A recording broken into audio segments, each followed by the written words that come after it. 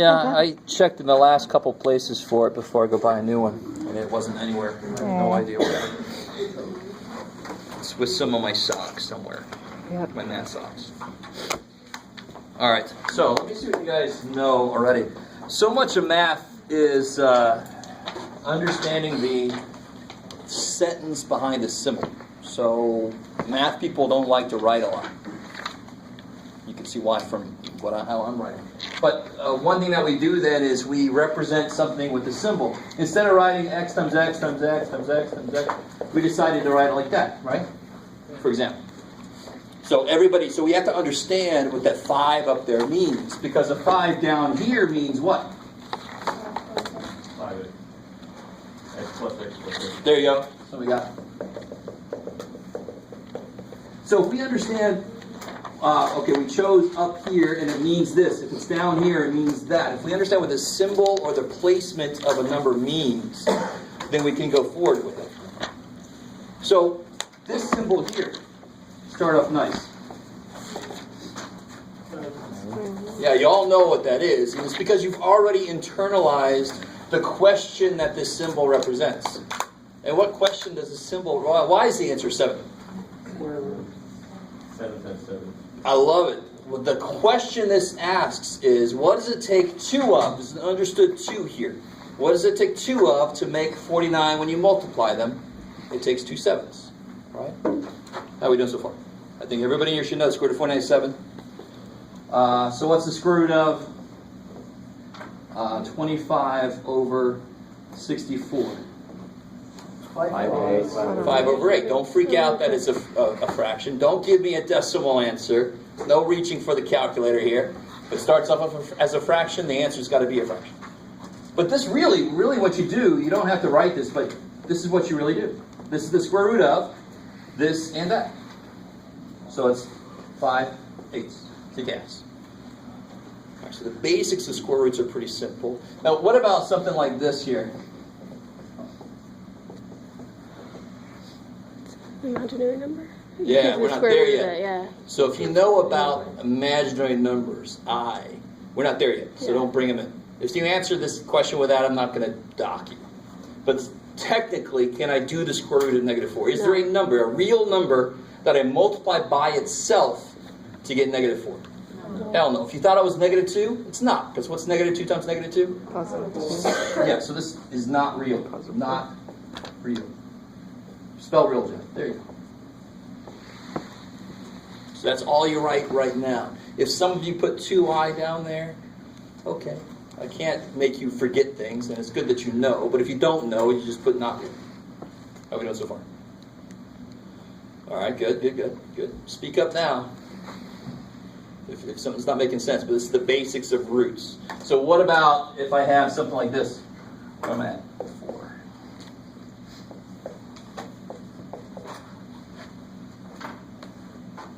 What question is that symbol asking? Cube root. I love it. So it is the cube root. That's what the symbol is. The question it represents is, what does it take 3 of to multiply to be 27? 3. I like it. So you can pull out a 3, right? It's not really pulling out a 3. It's that is 3. The cube root of 27 is 3. Now, why do you think somebody might write a 9 there? Because 9 times 3. Yeah, they're thinking 3 9s make 27. That's additively. Roots are all about multiplication. They're the opposites of exponents in a way. Right? The square root of 49 is 7. What do I do to 7 to make it 49? Squared. I like it. So square root is the opposite of squaring something. Cool. Okay, maybe. Cool. So if you put this in your calculator, depending on what mode you're in, it should freak out. If you want to try it. So you go, what? So what about this here?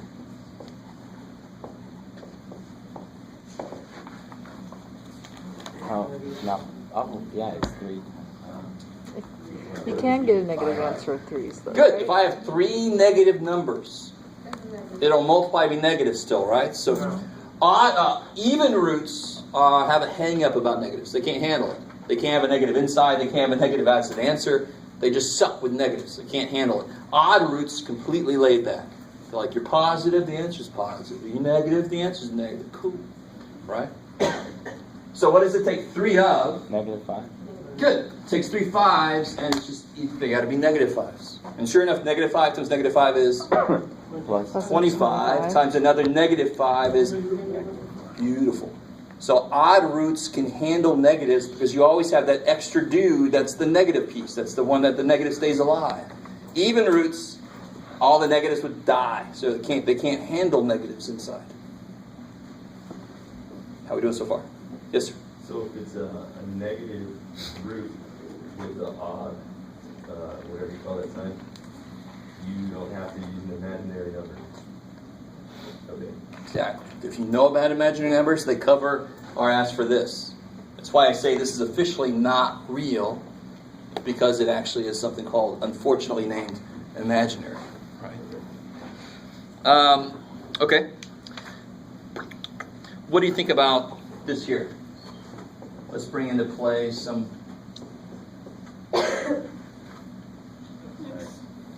Now, why are you wrong? Can the answer to a square root be negative? No. So let's talk about that for a second. A little side discussion. Got it. If I said x squared equals 4, how many answers are there? 2. What are they? Yeah, plus or minus 2, right? How we know so far? Now, if I say the square root of 4, that's already positive. That's the positive root. So if I wanted the negative piece, I'd have to put a negative on it.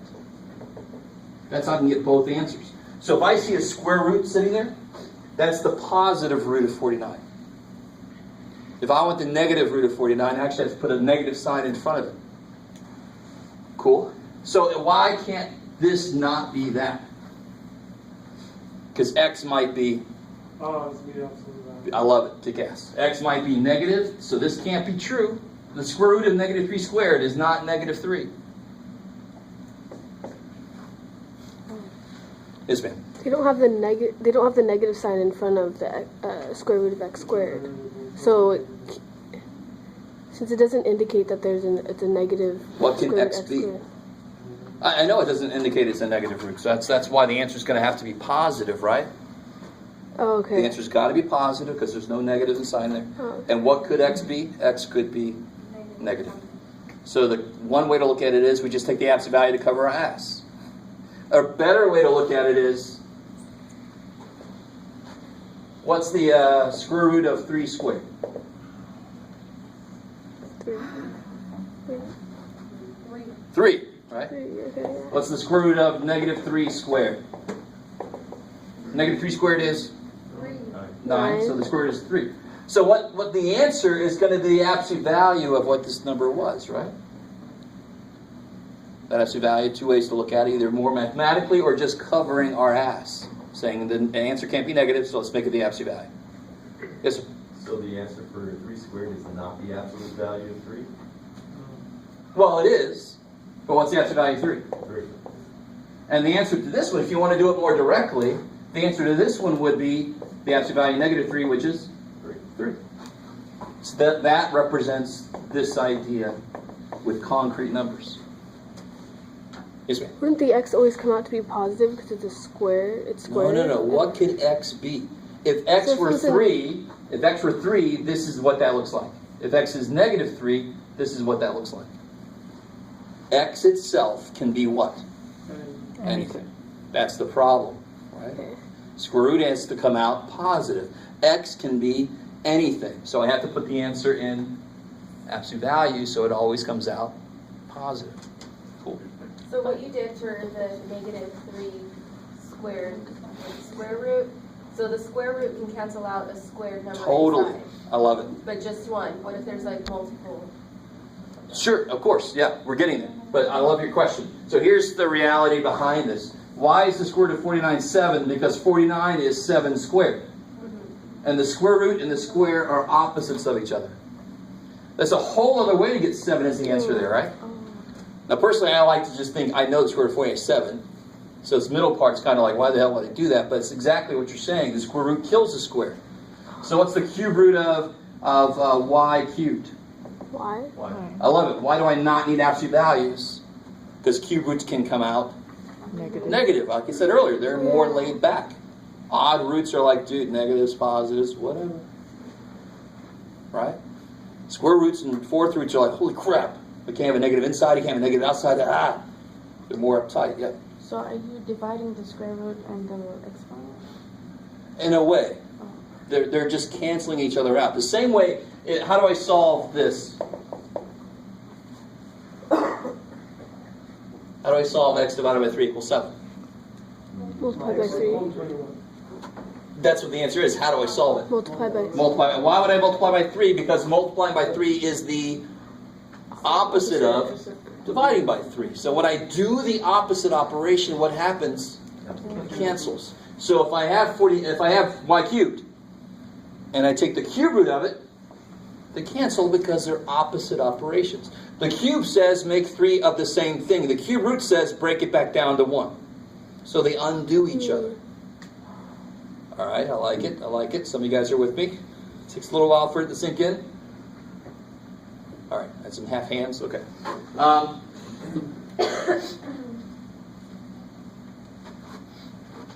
Are you? Can you? Thanks. Make sure that this is good. Thank you. Let's see. So what about something like?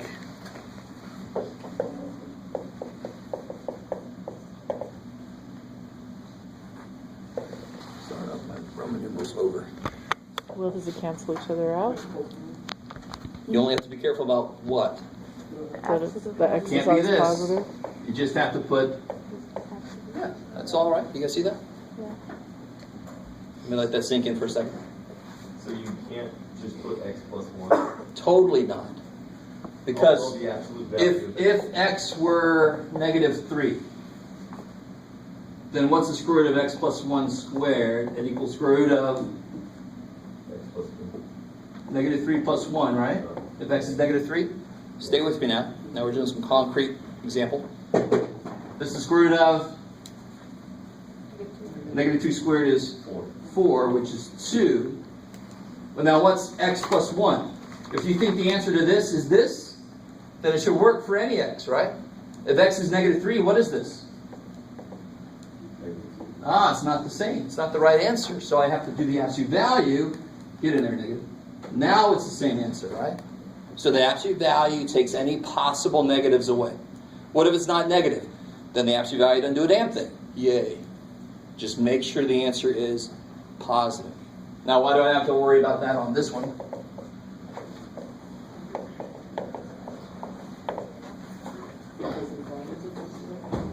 It's the fifth root, right? Odd roots, laid back. They always have that extra dude to take care of the sign for them. Even roots, they don't have the extra dude, so they're all freaking out. Right? So here the 5's cancel, and that's what it is. Because it's an odd root. I don't need to cover my ass for the answer being negative, because the answer is allowed to be negative now. So a concrete example of a fifth root.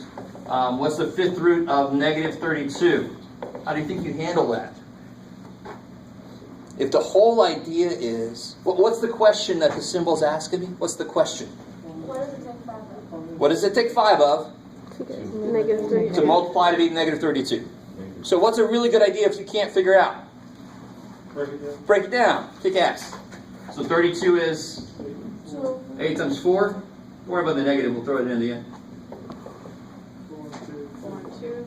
Yeah, so 2 times 2 times 2 times 2 times 2. How many 2's are there? That's why the answer is, in fact, it's going to be negative, right? The answer is negative 2. Because it takes 5 negative 2's multiplied to make that number. You guys kind of with me? That's why some math is so easy, because you've been doing it for so long, you forgot there's even that step. What does a symbol mean? What's the question it's asking? You guys have internalized square roots. When we start doing higher roots, you get a little bit off because you don't even realize what the question is that it's asking. So when we get into stuff like, some of you guys realize like logarithms, I try to teach it the same way because that's the right way to teach it. What does that symbol ask you? If you do it that way, it's just so damn easy. That's my hope. Yes?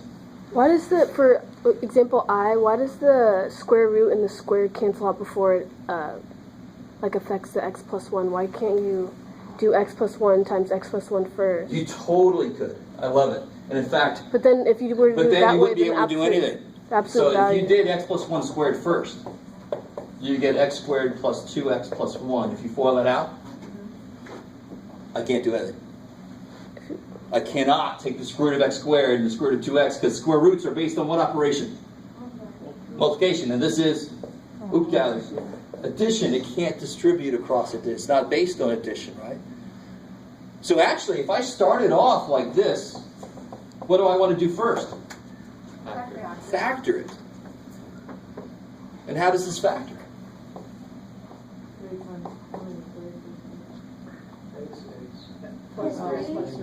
So you can write that as square root of x plus 3 squared, which is X plus 3 absolute. kick ass. X plus 3 absolute value.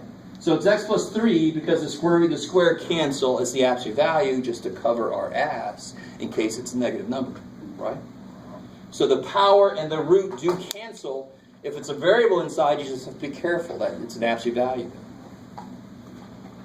Like it. So, Yes. whenever we're dealing with a positive, then we're always going to, the answer is always going to be in the square root, because just to make sure that it, in case it's negative, Yeah, if you're dealing with an even root, okay. the answer, if it's a variable, it's going to be in an absolute value, definitely. So if I had the 10th root of 2x minus 4 to the 10th power, what happens? Would you factor that out first? 2x minus 2, or so then it would just be absolute value 2x minus 2. Yeah, the 10th root and the 10th power cancel. But what do you have to do with 2x minus 4? Absolute value. Now what's the 11th root of 2x minus 4 to the 11th power? The 11th root and 11th power cancel. Do I have to do anything special here? No, because 11th roots can be negative.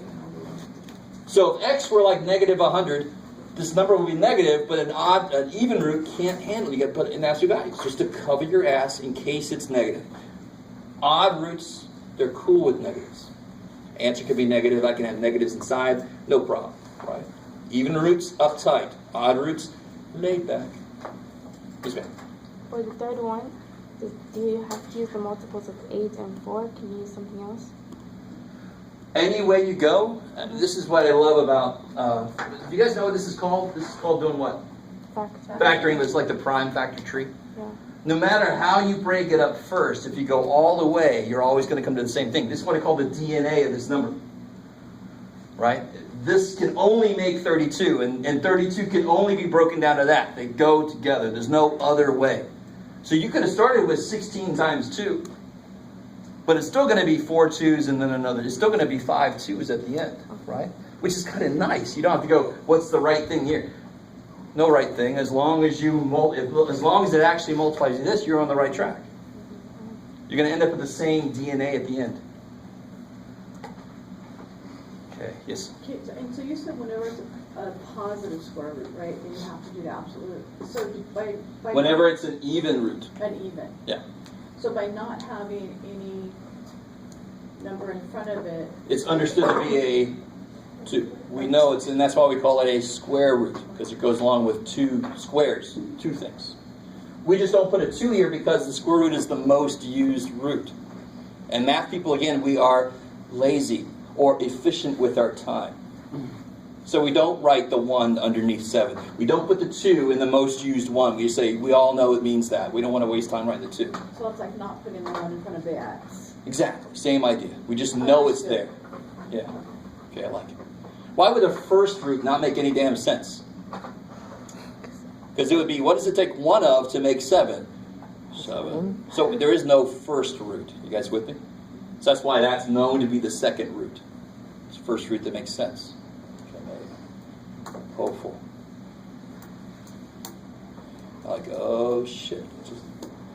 It just got real. Alright, here we go. Soon it'll get imaginary.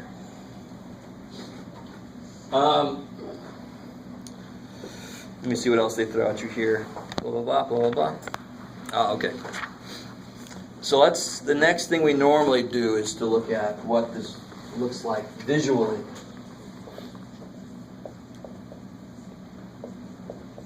graphing roots. And actually, before we get into that, let's talk about something that we need to know before we get into the graphing is what x's I'm allowed to put into something, which really relates to what? All the x values I'm allowed to use, what is that called? The domain? Domain. Kick ass. So how do I find the domain of these functions? And if you just follow what I said before, is you can say in English what the problem is and then write that in Mathish. Solve it, you're done. So if I had something like this.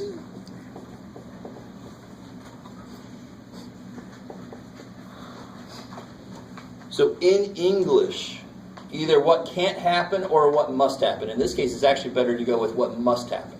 What must be true about the thing inside here? It's got to be at least what?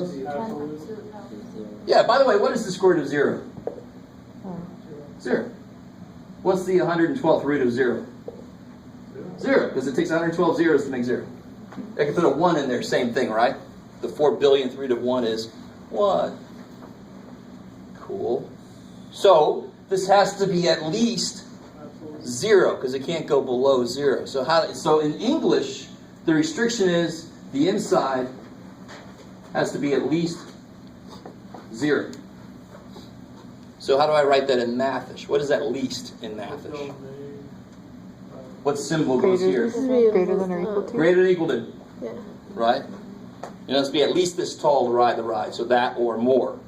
Right? Below that, you go flying out. That'd be bad. So the inside is what? It's got to be at least 7. X minus 7 is greater or equal to 0, and then solve it. So trust me. If we did stuff like 1 over x plus 1, in English, the bottom can't be 0. In Mathish, x plus 1 not equal to 0, solve. English, the inside has to be at least 0. Mathish, solve. It's beautiful. Domains almost always work like that. See how I covered my ass a little bit? For us, they'll always work like that. So then how do I solve it? At 7. So x must be at least 7. To check this, try to plug in something lower than 7. What do you get if you plug a 6 in? 6 minus 7 is negative 1. I can't do the square root of negative 1. See, that's the way you check it. Plug something in that you say shouldn't work, and it shouldn't work. All right, how we doing so far? All right. So if I want to graph the square root of x, let's start with a nice function graph.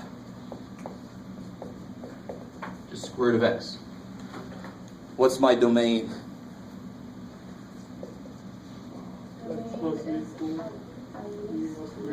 Yeah, the inside greater equal to 0. Bam!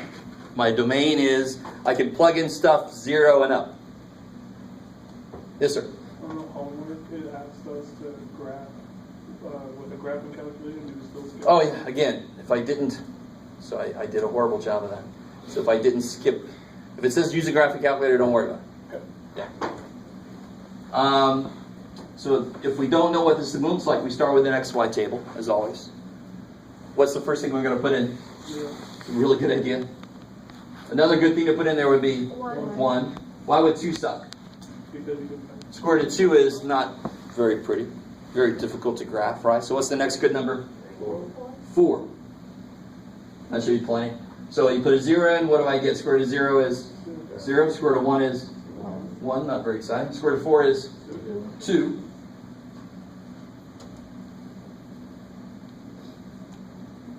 Okay, maybe. So now if I try to go graph this thing, so I got 0, 0, 1, 1, 4, 2. 9 would be 3. So you see, it's growing, but it's growing less and less quickly. Starts off growing pretty quickly, and then it goes, no, I don't think so. So if you'll notice something interesting, if it had its other half, it would look like a parabola that fell over. Do you guys see that? So that's because square roots are related to squares. They're opposites of each other. So if a square looks like that, a square root should look like that. But why is it missing this piece? Because it can't have the negatives. Yeah. I'll let that sink in a little bit. A little tiny bit. All right. So here, you guys do this. Graph this one.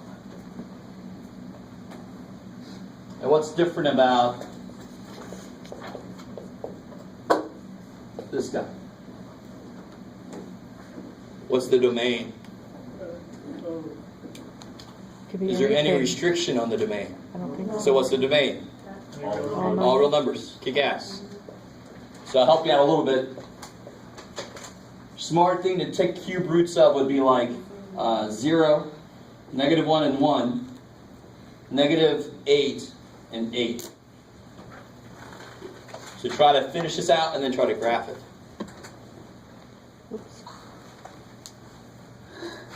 So you're saying it's all real numbers because it could be negative or positive? Beautiful. It's all real numbers because there's no restriction on odd roots. If there's no restriction, then it's all real numbers. It's only ever less than that if there's some restrictions. So if you were asking for the domain, we would just do the R? Yep, good. The R or negative infinity to infinity, or say all real numbers. I'm cool with that too.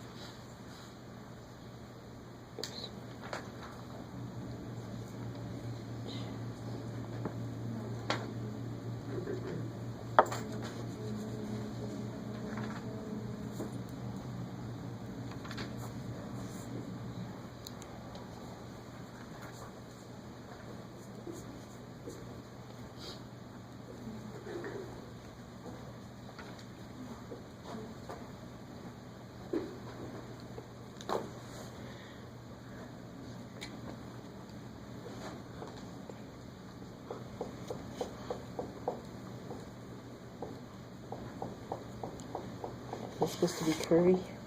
Oh yeah.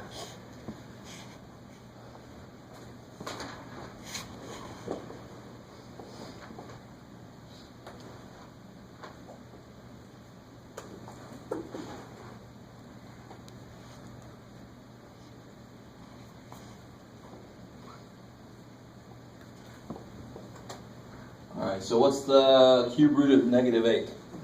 Two. -2. Cube root of -1. -1. -1. 0. 1. 2. 0.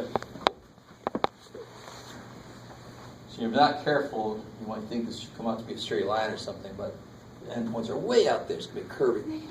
So 0, 0, 1, 1, -1, -1, 8, 2, and -8, -2. So it comes out. You can make sound effects if you want while you do it. So a square looks like that. A cube, I don't know if you guys know this, but a cube looks like, why does this go negative? Because when you cube something negative, it stays negative, right? So it looks like a parabola that fell out. Had a rough night. So see how that, if you turn it this way, it looks like a square root. Of course, you can't have its negative part. You with me? If you flip this one a little bit, it looks like that. Because they're opposites of each other. The graph should look similar. Just rotated somehow. Right. How are we doing so far? And of course, this grows forever. Forever it grows, but it grows slower and slower and slower as you go out. Can you repeat this bottom part? If it's cubed, what? If it's cubed, like 1 cubed is 1, but -1 cubed is -1. So that's why it goes like that. Why does a parabola turn? Because when I square, I can't go negative. Oh, Yeah. So that's why a parabola turns and a cube goes through. Does that make sense by itself? So that's also kind of feeds into why this guy kind of stops at 0. It can't go negative. But this guy has the same shape, it just turned because that's the opposite function. It does the opposite. It doesn't make something grow, it makes something shrink. So 8 goes to 2 instead of 2 going to 8. So that's why it looks the same shape, it just, instead of going up forever, now it goes over that way forever. Right? It's making 8 become smaller, it makes 27 become smaller. All right, I've talked too much about that. All right. Okay, so let me come back over here for a second. look at this here.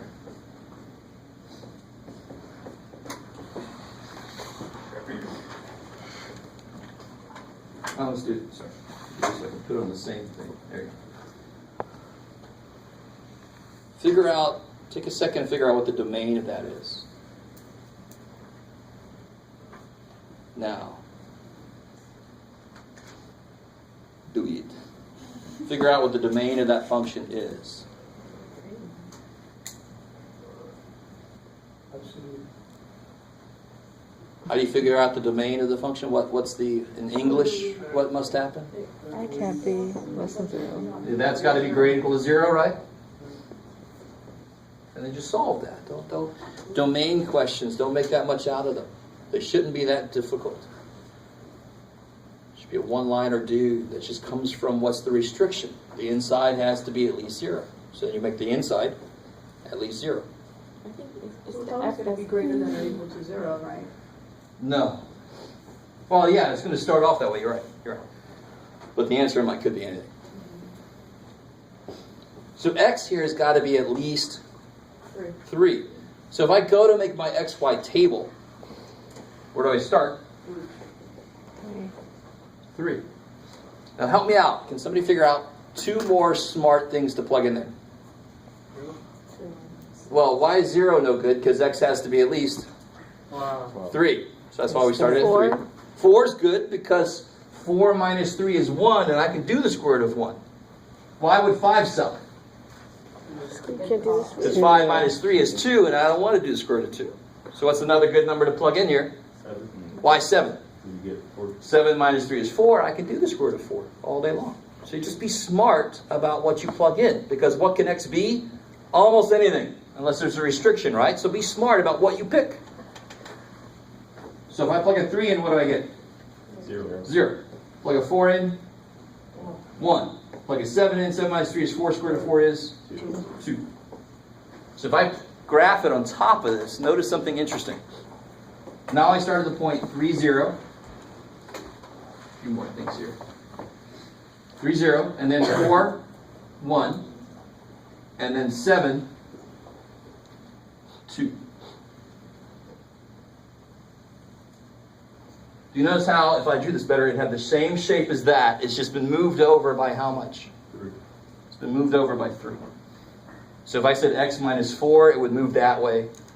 4. If I said x plus 4, what do you think it would do? Move back 4. Maybe. It all has to do with the domain, right?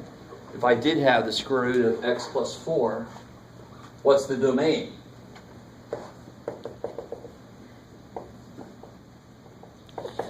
X has to be greater than or equal to a negative Yeah. 4. It's got to be greater than equal to 0, so subtract 4. X has got to be greater than equal to negative 4. Kick ass.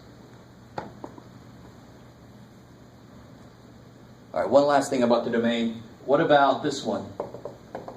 What's the domain for this guy?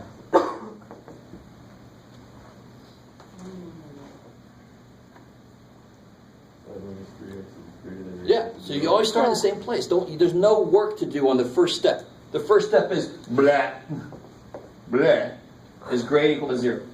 Why? Because it's an even root, right? If it was an odd root, domain question would kick ass. If I put a cube root there, you're done. All real numbers. Next. Right? It's only the even roots again. They're the only ones that are uptight. Odd roots, totally laid back. Whatever you want to do, man. Even roots, oh shit. See? That kind of thing happens. So then how do you solve this? This is where you got to be a little careful. You gotta flip the sign. Good. You got to flip the sign. So now the x has got to be less than or equal to 5/3.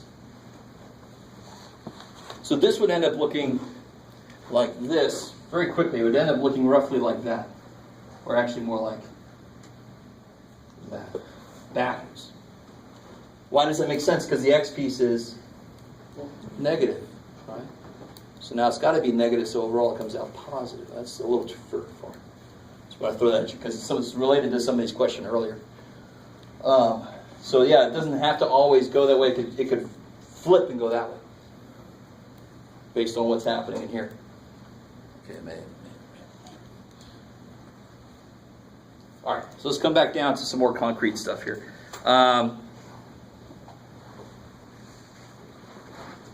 Somebody else asked something earlier that I haven't really touched on yet, which is, I think something like this.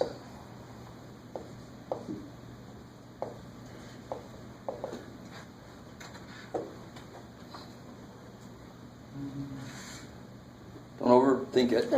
What's the square root of 9? 3. 3. What's the square root of a to the 8th? 4th. I love it, because you cut things in half multiplicatively, right? Yeah. This sort of feels like difference of squares, cutting everything in half. So half of 9 multiplicatively is 3. Half of A8 is A4. Half of B4 is... Now let me ask you, so that was pretty easy, right?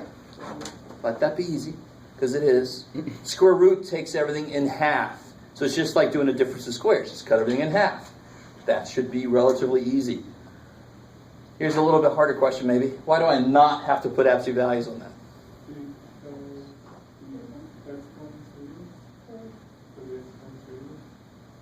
Well, okay, good. And so that would mean that no matter what A and B are, this is going to come out positive already. It's a 4th power, a square. That's going to be positive no matter what. Do you see that? If you put an absolute value on them, I wouldn't take points off. It's just not necessary. Because squaring and 4th powering make things positive already. Little tiny side note there. Okay. So what about, let's do some more of these. What about this guy here?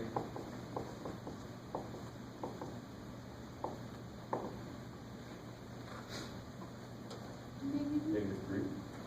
Yeah, the cube root of 27 is 3, and you got to have -1, so it comes out negative. 4. Yeah, beautiful. What's the shortcut? This is awesome. 3 goes into 12, 4 times. 3 goes into 30, 10 times. No matter what, even though they're even, I wouldn't need an absolute value because it's an odd root. You guess. All right, let me let that sink in. What's up? But the cookies still in the money deposit. 10. Oh, no. Basically, if cookies cost $3, how many you could walk out with as well? I love it. Yeah, the definition of multiplication. Exactly. All right. That's not too bad, right? So, I mean, I could go crazy and just have this long-ass list, and all you do is cut everything into 3 parts. Now, the mistake people start making is I'll start seeing people put a 9 there because they get so used to dividing by 3. But that only works on powers, right? It would still work on this. What's the difference between this and this? Now, that is a funky question. You guys are like, well, one's got a letter in it, Jeff. But really, the fundamental difference is this is factored. This is not. How do you factor 27? 3, 3, 3, right? So how would you write that the best, most concise way? 3, 3, 3 is 3 cubed. So watch, it works. They have to work the same way because what are variables? Variables are numbers I don't know yet. They have to work. What's 3 into 3 goes once. That's why we have 1 negative 3 there to the first power, right? So if I factor the numbers, they actually do work exactly the same way these do. Because I always have students go, well, why does it do one thing here and another thing there? No, it does the same thing everywhere. It's just because it's a different form that it feels like it's different. Maybe. Always so far. Okay, so let me make sure, tell you where we are. We actually just stepped into 12.2 a little bit, believe it or not. Just because I'm like that. Well, it's still in 12.1, to be honest. So I want to stick around a little bit here. Let's see. So I'm going to make this one a multi-step thing. So help me out here. What's the 4th root of A4? A. Yeah, actually value. We'll say A. Let's pretend like there's no negative numbers in here. Are you with me? I just want to focus on how these powers and roots work. So the 4th root of A8. A squared. A squared. Careful, not 2A. A squared. Still got to stay an exponent at the end, right? And how would you check this? A squared times A squared times A squared times A squared times A squared. Sure enough, that's 2, 4, 6, 8. That's 8. 8 A's, right? Cool. That's why it makes sense that I divide this in. Because it's going to have that many groups of that at the end. So, here's the freaky part. I jumped from 4 to 8. Now, I did that, of course, because 4 can go into those. But what the hell, then, would the 4th root of a to the 7th power be? Does 4 go into 7 evenly? No. A over 7/4. Or... So here's the beautiful thing. Let me see if you guys can get this. I'm going to show you the full way, and I'm going to try to get you to understand the shortcut. The shortcut is beautiful, if you let it be. Okay, good. So one thing to realize is A7 is A to the 4 plus 3. So you can write that as the 4th root of A4 times A3. Let me let that sink in. Is that cool? Oh, yeah. Because this would be easy if there's a 4 in there, where there's 3 extra freaking A's in there. They're making this thing harder. Stupid freaking A's, right? But now, here's the beautiful thing. What's the 4th root of A4? A. And what's the 4th root of A cubed? Can I do that? No. No, so it just stays inside.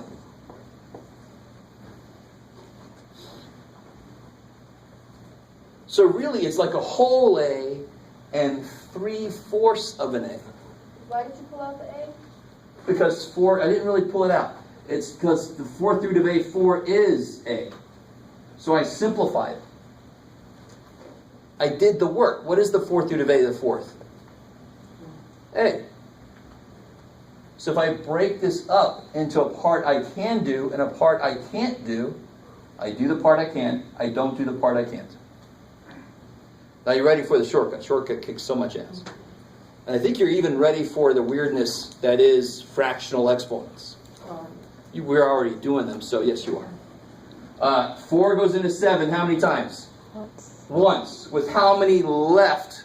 I mean, you got to love the way you said that ever since you learned division. 3 left. They're left. Left behind. Oh, no. We're no rapture for us. Right? So there's a whole A. 4 goes into 7 once with 3 left. Kirk Kramer's in there. Oh. Yes, ma'am. Is the 4 connected to the A or is it on the square root? Oh, It's on the root. It's the 4th root, yeah. So notice the root has to always be a 4th root the whole way through. It can't suddenly morph. Oh, okay. So another big mistake people make is they lose the 4 and they think it's a square root at the end. No, it's got to stay the same root, right? Let's try another one. So what about, let's see.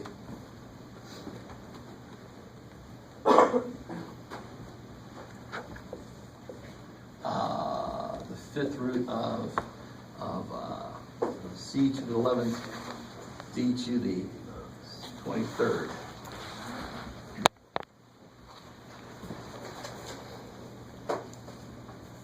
Yes, sir. Something that's solid.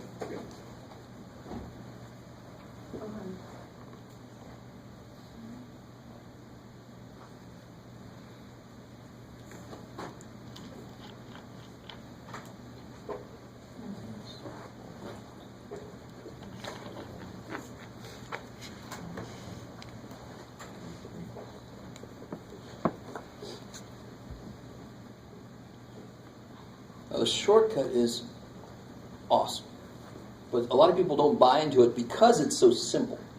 But say to itself like this: how many extra C's are there here? If only this was a what, this would be great. Only it was a 10, so there's 1 extra stupid C. And how many extra stupid D's? 3. So at the end, you're going to have the 1 extra C and the 3 extra D's left, because that's the extra crap that wouldn't work, right? So 5 goes into 11 twice. You're not subtracting because you're dividing. 5 goes into 11 twice with how many left? 1. Yeah, right. Just straight up division. 5 goes into 11 twice with 1 left over. 5 goes into 23 4 times with 3 left over. 3 left. Done. Why can't I do this? Because a 5th root needs how many things inside to be able to be done? 5 things. And there's only 1 C and 3 D's. So that's why I stopped there. Right? Yes, sir. Can you rewrite that as C to the 2 1/5 to the D to the 3/5? Sort of. 1 3/5. We normally don't like to do that, but that would actually be perfect. I'm not quite there yet, because I haven't made that connection yet between exponents as fractions and roots. But you're there. Yeah, that's true. So let's make that connection now that we've done a little bit of that. Do we all feel decent about that? Is that sort of? So here's the nice thing. Here's the thing that's kind of behind this. I wanted to do this first because it comes right off of what we were doing a second ago, 4th root of a to the 8th. Comes right off of that. But there's some stuff in the middle that I can talk about now. There's, let's just start with something simple like the square root of 9. Well, that's what? 3. Now look at this. How would I investigate this? Let me see if I could. There's so many different ways I could do this. If I had a 1/2 power, what the hell? So powers really could be any number I want to put up there. I could have 9 to the pi if I wanted to. It could be any real number. We just don't know what that means. I know what 9 squared means. It means 2 9s. How the hell? This means what? Half of a 9 multiplying by it. How the hell? But actually we know exactly what that is. Let me do this 2 different ways. How can I rewrite 9 as something to a power? 9 is 3 3 squared. squared. Stay with me now. So that's the same thing, right? 9 is 3 squared. What do I do with these powers in this case? You multiply them, right? When I have something to a power, raised to a power, I multiply powers. What is 2 times 1/2, like you said? So what does a 1/2 power do? It should be 1/2 of 9 multiplicatively. Isn't that exactly the way it describes the square root? So a square root is the same exact thing as a 1/2 power. So to be completely honest, one of my students once asked me this, and I'm like, yes, it's a really good point, but you're about 600 years too late for that suggestion. We didn't even need this stupid symbol. We really didn't. We already have a symbol that means 1/2 of 9 multiplicatively, right? It's just that the really funky thing about math is it wasn't discovered in the order that we learn it. We learn it in a good order, but normally like chapter 9 was discovered before chapter 3, and chapter 11 was discovered before chapter 1 even, and holy shit. You guys kind of with me? So this was invented, and then people went, oh shit, it's the same thing. You guys semi with me here, a little bit. It's not too far off from the real truth. I want to make a history of math course someday. I'll do that. Oh, yeah, Jeff, don't make me take it. So let me see if you guys can get this idea then. How would I rewrite the 5th root of x as x to a power? 1/5, because the 5th root is 1/5 of it, right? So let's mix this up a little bit. How would I write the 7th root of y cubed? I love it. It would be y to the 3/7. Because it would be, officially, it would be y cubed to the 1/7, but then what do you do with these? Multiply. So let me say this. You ready? Where are my botanists out there? If you're a botanist, just keep your mouth shut for a second. Most plants have roots that are where? You're all like, what the hell class am I in? Most plants have roots that are where? On the bottom, right? So, the tubers are shut. But most plants have roots that are on the bottom. So when I see a power, a fractional power, this is the root because it's on the freaking bottom. And that's the power because it's powerful, it's on the freaking top. Right? Because you have to be able to go both ways. So if I gave you this, how would you rewrite this? X to the 7/4. How would you rewrite that in exponent and in radical form?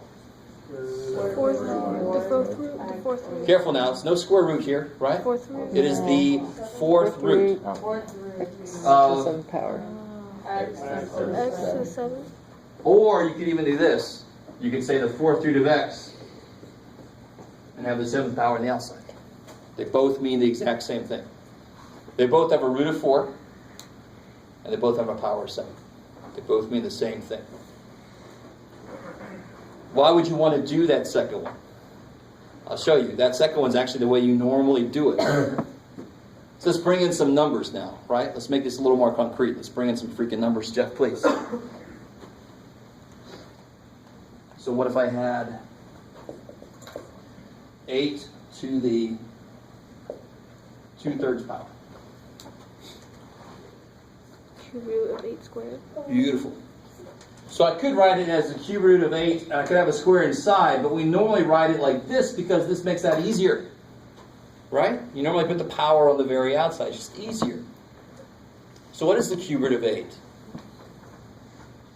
2. And what's 2 squared? 4. In keeping with my quest to tell you multiple ways of looking at things, this is 2/3 of 8 multiplicatively. Now go with me. This problem is done. You can always do it this way. You never have to do what I'm about to do. Everybody hear me? You never have to do what I'm about to do. You're like, well, you're going to show us, because it's the idea. If I break 8 up into 3 parts multiplicatively, of course it's what? 2 times 2. And this says I want 2/3 of that. And that is 4. You guys see that? You don't have to do it this way, because they can really, that way can get disgusting pretty quick. But that's a beautiful kind of whole circle kind of thing. That's why it makes sense. It's 2/3 of 8 multiplicatively. So of course it's a little smaller. It's going to be just 4, because that's 2/3 of 8. Yes, ma'am. Is it better to put the power outside because do people actually like, you know how we did the... Yeah, it's better normally to put the power on the outside if it's a number. And it's better to put the power on the inside if it's a letter, because then you could actually go further with this, right? Yeah, I was gonna ask you if it's like that. Yeah, so I mean if you can do x plus 3 and 4 goes into 7 one time. ones and with then how many left? 3.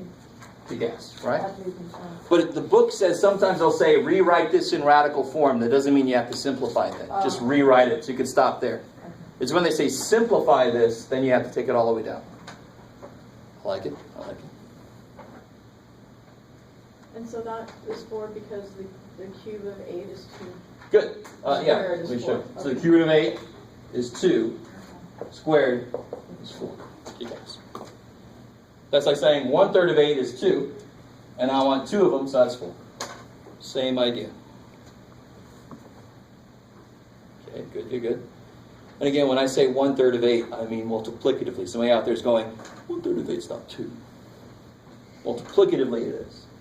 Cool. I like that one. So what about this guy? What you got, Jeff? I don't know. Do something.